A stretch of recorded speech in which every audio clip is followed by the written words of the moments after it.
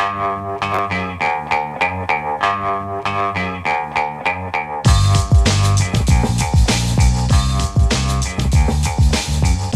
Mayer on WNYC. Now, as promised, we debut a new year-long series on the show. We're going to take time each month to pay some attention to maybe the most important part of the city and surrounding areas when you really think about it, the part that's not man-made, the plants and animals that help sustain us. Some of you probably remember our 2022 series, BL Trees.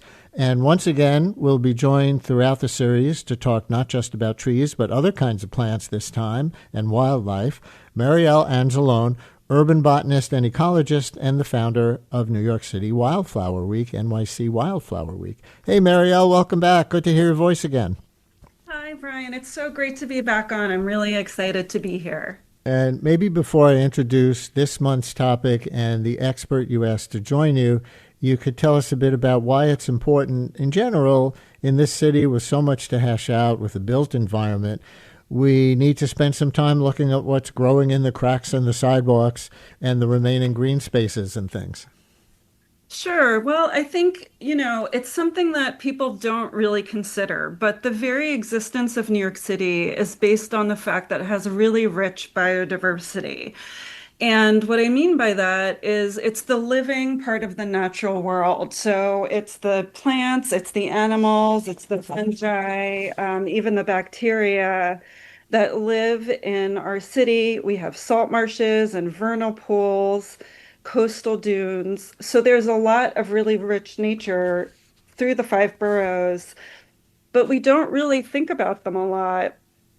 In some ways, I think a little bit about it as like, how having a stable democracy helps people kind of move on to doing other more creative things. This is the underlying infrastructure that we rely on, but don't really think about, like the way flowers are pollinated, or that forests store carbon and provide oxygen that we breathe. So these ecological concerns directly support human health and our climate resilience and even our economic systems. So they're really important to think about, but also it brings people a lot of joy just to observe plants and animals around us. Absolutely. Yeah. And we're going to do this together once a month for the next year. And I see you've got some great topics lined up that our listeners will be able to participate in. Birds, insects, wildflowers, migrations, green spaces, shorelines, and more. And so for this month, to kick it off, as March reliably came in like a lion, we're going to look ahead a couple of weeks to the first day of spring. Coming up later in March. We are in that roller coaster part of the year, snow and ice and freezing temperatures one day, 50 degrees the next. It's supposed to be 60s by the end of the weekend. That's one sign of spring.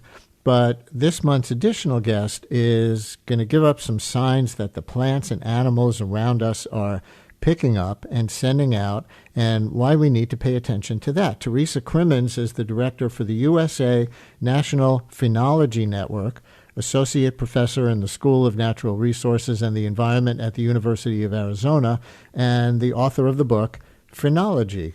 Professor Crimmins, thanks for joining us for this. Happy almost spring. Welcome to WNYC. Thank you so much for having me. I'm really excited to be here. Okay, so I'm wondering, along with probably thousands of other people right now who just heard me introduce you, what's phenology? It's such a fair question. I get this all the time. It's an old-fashioned word that we really aren't that familiar with, but that I assure you refers to content that we're all familiar with. It shares the same root as the word phenomenon, and what it's referring to is when those seasonal events that define the start of spring or any of the other seasons happen, and what the conditions are that are associated with them happening. So phenology refers to when we will see those first blooms start to peek out through the snow, or when we will see the first migratory birds, return back from the south. And it's just a really important facet of our lives that oftentimes we may not really talk about, but once you start thinking about it, you realize, oh yeah, that is actually threaded throughout my life and my daily round. Yeah, and I love that we're starting this series in the month when spring begins, because spring just shouts beginnings, and we can see the ice melting. But what's going on, Professor Crimmins, that maybe isn't as visible? Yeah, that's a great question. Spring really is definitely the season that folks pay the most attention to, I think, because we're kind of coming out of that cold, dark winter. We're so ready for seeing hope that it's going to feel warm and colorful and comfortable to be outside again without hats and all the rest. Um, so there's actually a lot going on, like you hinted at. Plants in particular have been paying attention to the conditions all through the winter months, trying to get a sense of when they should start showing off their signs of spring, when they should start to actually crack those leaf buds open and reveal their flower blooms. They're paying attention to both things like how long the days are. They've got these cool cells called phytochromes that are sensing the length of the day and how many hours of sunlight they're being exposed to. And they're also paying attention to the temperature, how warm and cold it's getting, and what the extremes between the warm and the cold from nighttime to daytime are. Those two things definitely play a major role in influencing things like when the sap starts to move within the trees. And if you're familiar with tapping sugar maples for syrup, that's exactly what you're taking advantage of, is the fact that the trees are starting to move the sap up and down again, and we can tap into that and drink it and enjoy it. And some of the signs that those things are happening are, if you look at the base of trees, if there's snow around them, you might notice a ring that's been melted right around the base of the tree. And that's evidence that that tree is warming up, literally, and doing things. And even though we may not see the outward signs like the leaf buds breaking yet, we can be assured that there is activity happening, that tree is alive and well, and spring is on the way. Now, listeners, we're going to invite you to participate in this series, not as a call-in right now, but something you can do on Instagram. Those of you who use Instagram, post a picture to your Instagram story that's a sign of spring. Tag our account when you do. That's at Brian Lehrer Show, at Brian Lehrer Show, and use the hashtag BLWild, which we're calling the series on Instagram, BLWild, and we'll repost them to our Instagram stories as the month goes on. That's hashtag BLWild. Make sure you tag us at Brian Lehrer Show on your Instagram story. We are inviting your signs of spring, and we'll talk about some of them on a future show. Marielle, is there a particular sign of spring, in addition to the interesting ones that Professor Crimmins just mentioned, that you're on the lookout for, that our listeners in the area can be on the lookout for? Yeah, well, and really easy one that should be coming up pretty soon are red maples. That's a native tree that is really common in our woodlands, but it's also really common in our landscapes. It's planted as a street tree, and it's something that people can see pretty easily. Maples are among some of the earliest trees to bloom. But the red maples are really pretty because they're bright red. They're really small, but again, given that we're starved for anything spring-like, to see these little red flowers, they're just little pointillist dots up on the tree. It's really beautiful. So I would encourage people to look for that.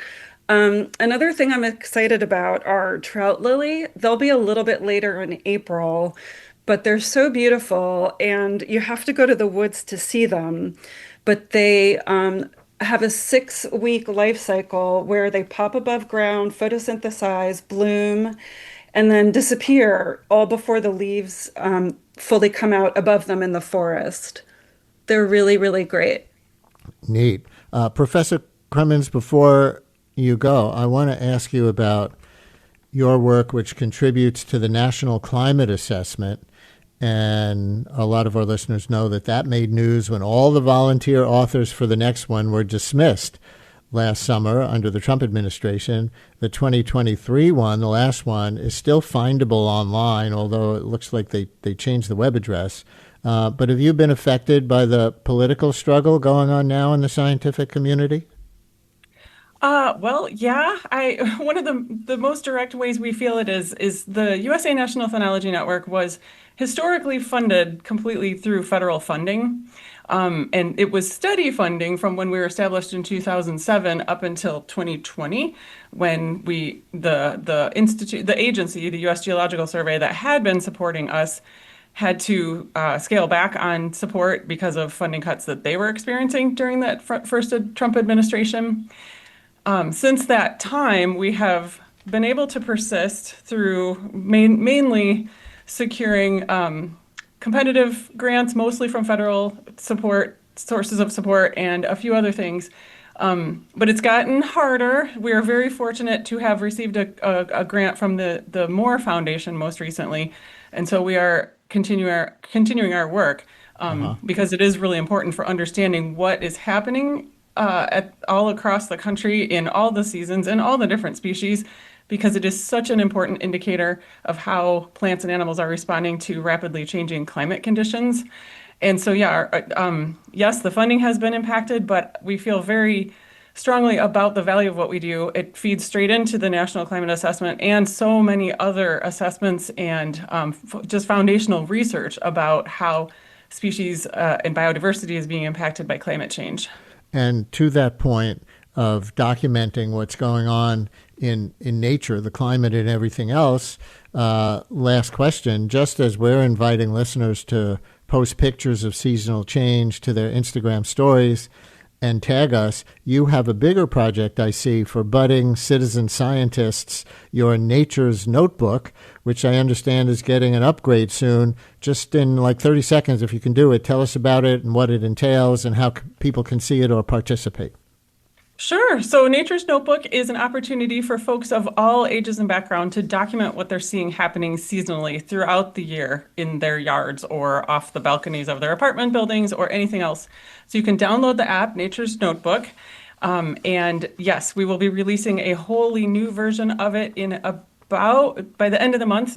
And you can go ahead and sign up now, and then you'll be prompted to download the new app, which will be a lot more robust with a lot more features and invitations for more appealing for younger audiences, for sure.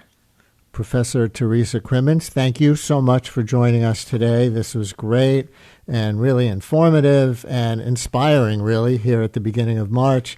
And Marielle Anzelone, urban botanist and ecologist, founder of New York City Wildflower Week. We'll talk to you in April. That's great. Thanks, Brian. Thanks for supporting science and having us on today. And listeners, yes, thanks so much. You bet. Don't forget, listeners, we're inviting you to post your pictures of seasonal change happening right now to your Instagram stories and tag us at Brian Lehrer Show, using the hashtag BLWild. Brian Lehrer on WNYC. More to come. Since WNYC's first broadcast in 1924, we've been dedicated to creating the kind of content we know the world needs. Since then, New York Public Radio's rigorous journalism has gone on to win a Peabody Award and a DuPont Columbia Award, among others.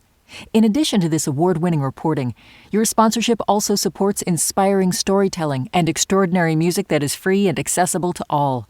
To get in touch and find out more, visit sponsorship.wnyc.org.